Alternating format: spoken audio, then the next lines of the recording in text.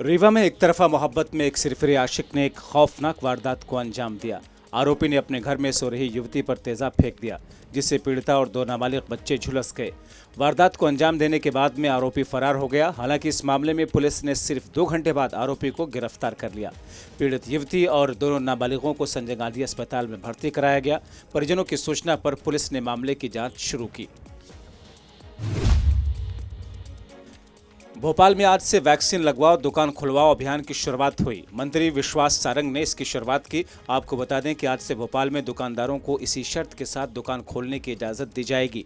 जिस दुकानदार ने दोनों डोज लगवा ली हैं उन्हें दुकान खोलने की छूट रहेगी। व्यापारियों और कर्मचारियों को आज कैंप लगा करके वैक्सीन लगाई जा रही है। भोपाल के बाजारों में 39 जगहों पर कैंप लगाया गया और एसडीएम की निगरानी में व्यापारियों को टीका लगाया जा रहा है। पूर्व मुख्यमंत्री कमलनाथ की तबीयत बिगड़ने पर उन्हें गुरुग्राम के मेदांता अस्पताल में भर्ती करवाया गया। दरअसल कमलनाथ को सीने में दर्द की शिकायत थी। सूत्रों के मुताबिक फिलहाल उन्हें सर्दी, जुकाम और बुखार की शिकायत है। मेदांता के सीनियर डॉक्टर्स उनकी देखभाल कर रहे हैं। वहीं कमलनाथ की तबीयत बिगड़ने की सूचना मिलने के बाद उनके बेटे और सांसद नकुल नाथ दिल्ली पहुंचे।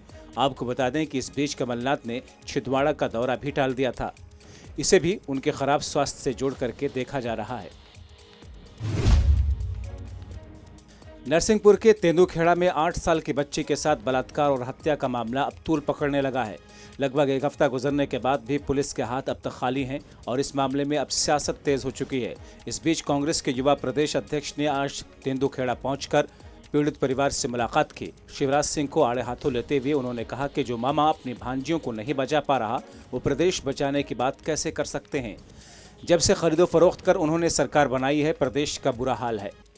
मैं यही कहूंगा कि शिवराज सिंह चौहान जी जो खुद बोलते हैं कि मैं मामा हूं, ये कैसे मामा है कि अपने घर में, अपने प्रदेश में अपनी भांजियों को नहीं बचा पा रहे हैं। और अगर वो अपने घर में महिलाओं को नहीं बचा पा रहे हैं, भांजियों को नहीं बचा पा रहे हैं, तो दूसरी जगह जाकर वो बड़े जो ठाके करते हैं कि मध्य प्रदेश में सबसे ज्यादा सुरक्षा है, अलग अलग चुनावों में बड़ी बड़ी बातें करते हैं, तो ये बिल्कुल कोई मतलब का नहीं है। सबसे पहले गंभीरता से उनको भी यहाँ आना चाहिए, इस गंभीरता को समझना चाहिए।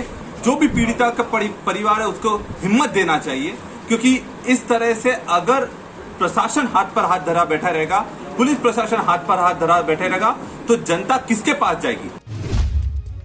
दतिया में बीते दिन वन खंडेश्वरी माता मंदिर में पुजारी की पत्थरों से कुचल करके हत्या कर दी गई। पुलिस को इस मामले में बड़ी सफलता हाथ लगी। पुलिस ने सिर्फ 12 घंटों में इस हत्या की गुत्थी को सुलझाकर आरोपियों को गिरफ्तार कर लिया, जिसमें पकड़े गए आरोपी ने भी घटना को स्वीकार कर लिया।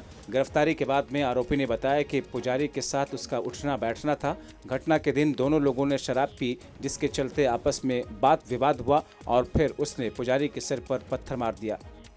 उन दोनों ने जो है शराब पी और उस शराब पीने के बातों में उनका झगड़ा हो गया और झगड़े में उनमें मारपीट हो गई और मारपीट के दौरान ही जो उनका शिष्य था उन्होंने उसको पत्थर मार दिया, जिससे उनकी मृत्यु हो गई।